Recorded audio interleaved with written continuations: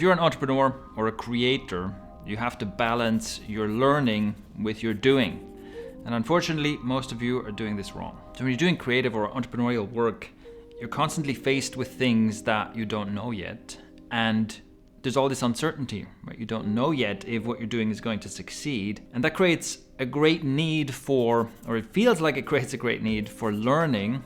And we try to often use learning as a way to gain some of that certainty that we're missing. This is very typical for people doing this type of work, is that you're spending a lot of time reading, watching YouTube videos like tutorial videos or educational videos, perhaps like this one right here, reading books maybe, listening to podcasts, buying courses. What you'll find, and maybe you've had this experience already, is that at some point you realize like, oh, I'm spending all my time learning.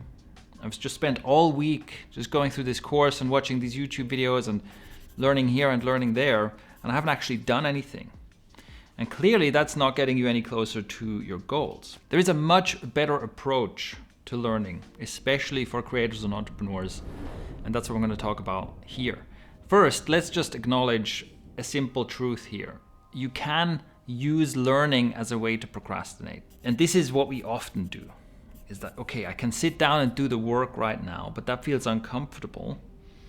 And compared to that, this course that promises me the answer is much more comfortable. I can buy this course and I can start watching those videos and I have a clear structure to follow. That feels so much more comfortable than what actually doing the thing. And the same is true for reading books and other sources of learning. So this is a big reason why we do it.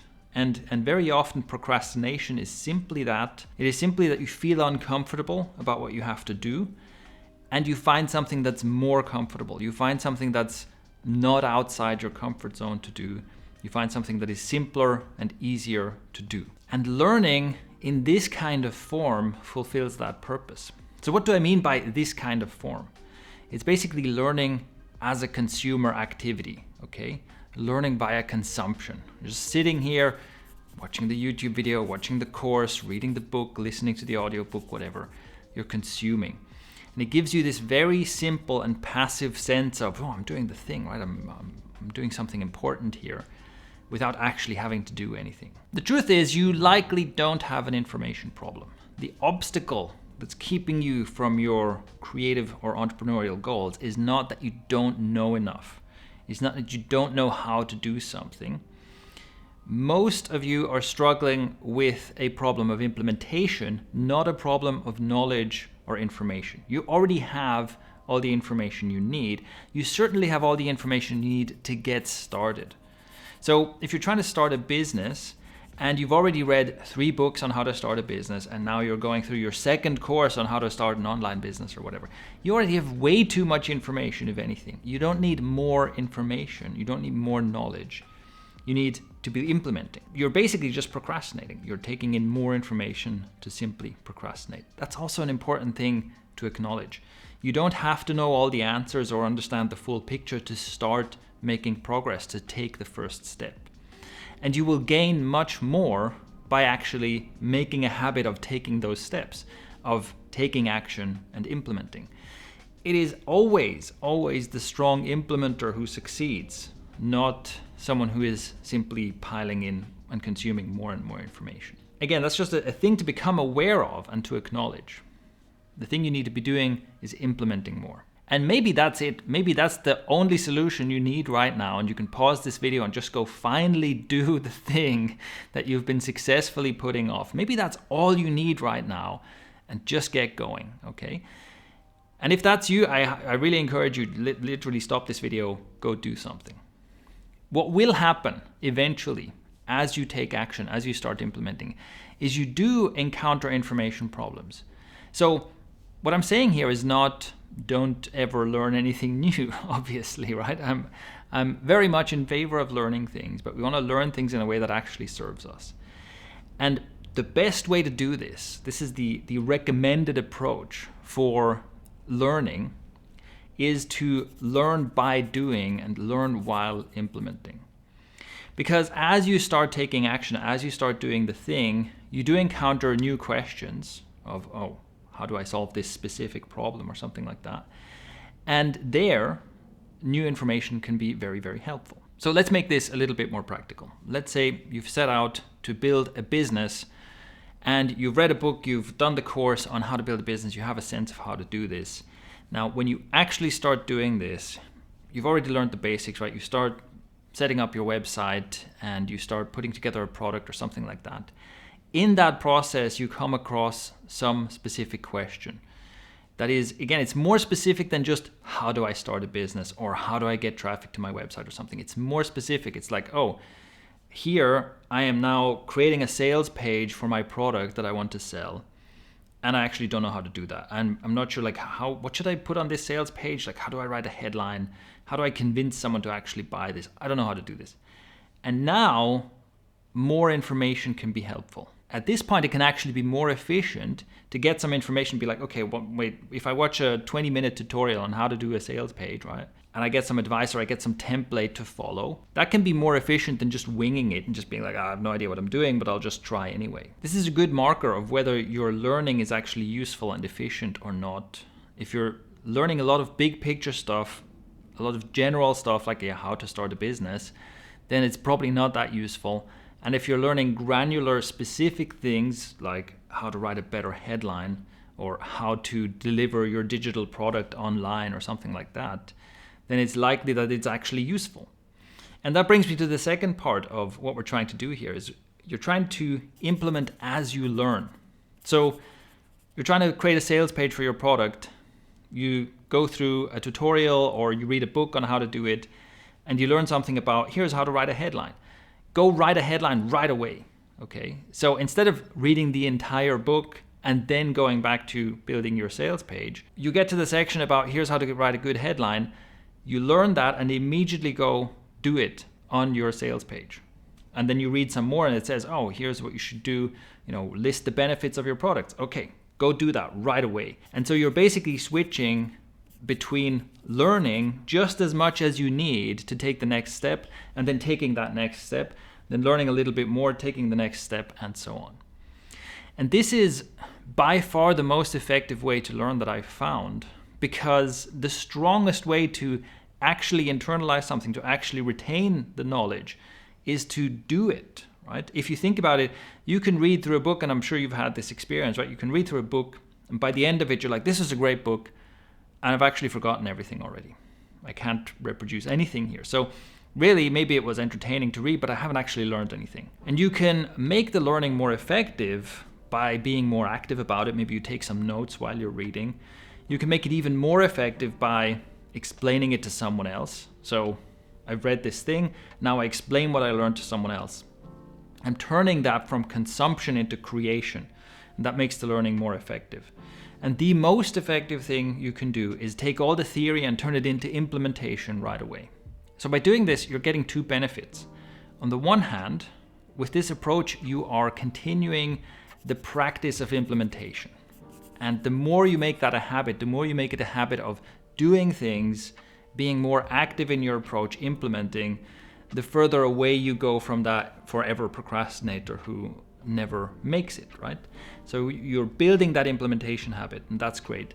The second benefit is that you're actually learning more. You're taking in more information, you're retaining more information, and you're building up much greater expertise at a much faster rate with this implement while you learn approach. Another thing that I personally do and that I recommend you do as well is that you leave a gap between the knowledge and implementation. What I mean is you start implementing before you feel like you have the full answer or you know it all. Again, if we go back to the example before, by the time you start implementing, so you read something about how to write a better headline, by the time you start implementing, you still feel like I'm not entirely sure what I'm doing. I have a better sense of what I'm doing now that I've read this information, but I still don't feel like, yes, I know exactly how to write the perfect headline. If you try to have no knowledge gaps before you take action, you will fall down a rabbit hole of learning again. This has been my experience very much, right? The first sales page I ever published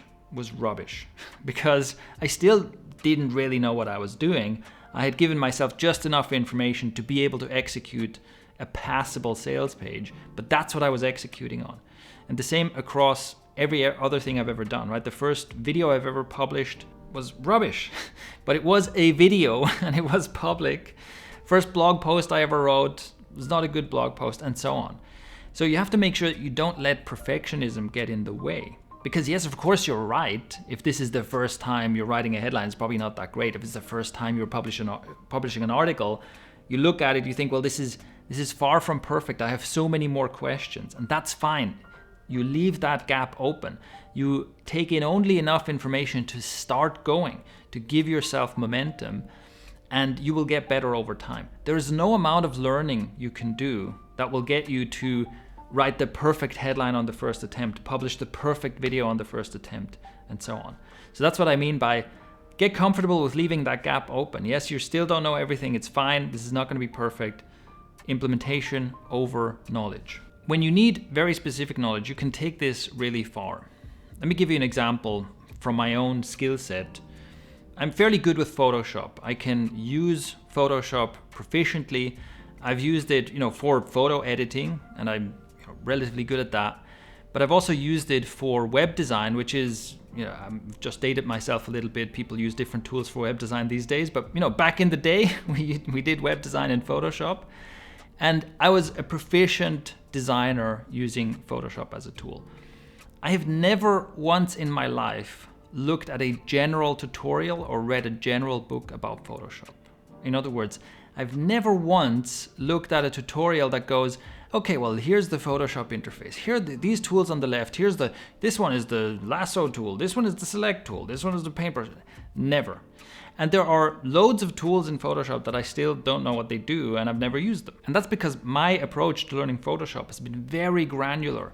It's been this process that I just described, but taken to an extreme, where literally I take it one step at a time. Okay, here's a picture. I want to remove the background from this picture. I learn how to do that and just that. And I will skip forward in the tutorial to the part where it shows me how to do it and ignore the rest. And then I do that. And step by step, I only learn the exact thing with the exact tool that I need in this moment. And the reason I'm mentioning this example is that over the years, this approach has actually led me to a high level of proficiency with Photoshop. Even though my approach was I was always trying to learn as little as possible, basically. And I've spent 95% of my time, if not 99% of my time, implementing, and only a tiny fraction of my time actually learning. I'd actually love to see, like a live dashboard, total amount of time I've spent learning theory about Photoshop. It's probably absolutely minimal, right? Compared to hundreds of hours spent doing actual work in the tool. And the end result is that I don't think I lack theoretical knowledge about how to use Photoshop, right? And I can see myself versus other people using it. I can see that I'm more proficient than most people, more proficient than some designers that use Photoshop. I can see that this approach of very minimal learning and very high emphasis on implementation has not left me with any kind of a deficit, as far as I can tell. All that is to say, don't be afraid of missing out, and don't be afraid of overdoing it. Most of us are overdoing it the other way around, right? Most of us are spending 80 to 90% of our time learning and spending way too little time implementing. And you can skew it all the way the other way. I think 80% implementation, 20% learning is the minimum of implementation you should be doing. And you can skew that all the way to 90+% implementation, and you'll still be fine. And you'll still build the knowledge that you need without spending that much time doing theoretical learning. Now, one more note about this. For myself, I make a distinction between this kind of implementation learning and, let's say, recreational learning. Because I do spend a lot of my time, for example, reading books. I'm a huge fan of reading books, and I learn a lot from that. But generally, when I'm reading books, I'm not reading them to solve a specific problem. I'm not reading them in order to achieve a specific goal in my life. I'm reading them in order to level up my mind and my understanding of the world and my knowledge in general. And for me, that's a completely different story. Because there, yes, what I do is, I read a book or I listen to an audiobook and I listen to it all the way through. And maybe if I come across a piece of information I can implement, I will. But that's a very different approach. My main goal here is not to solve a problem or to accelerate my progress. So for myself, I make a distinction between this kind of recreational learning for the sake of learning that I do, and that I do a lot of, versus my goal is to build this business, my goal is to build this website, my goal is to achieve whatever outcome, and I am feeding myself the right amount of information I need in order to get there as quickly as possible. So that's the basic idea. The basic mistake is you're spending too much time consuming information and not enough time implementing. And what I've laid out here is the solution that has worked extremely well for me. So now is a good moment to examine your own behavior here, examine your own learning versus implementation ratio, your own behavior here, your own habits here, and see what you can do to change that.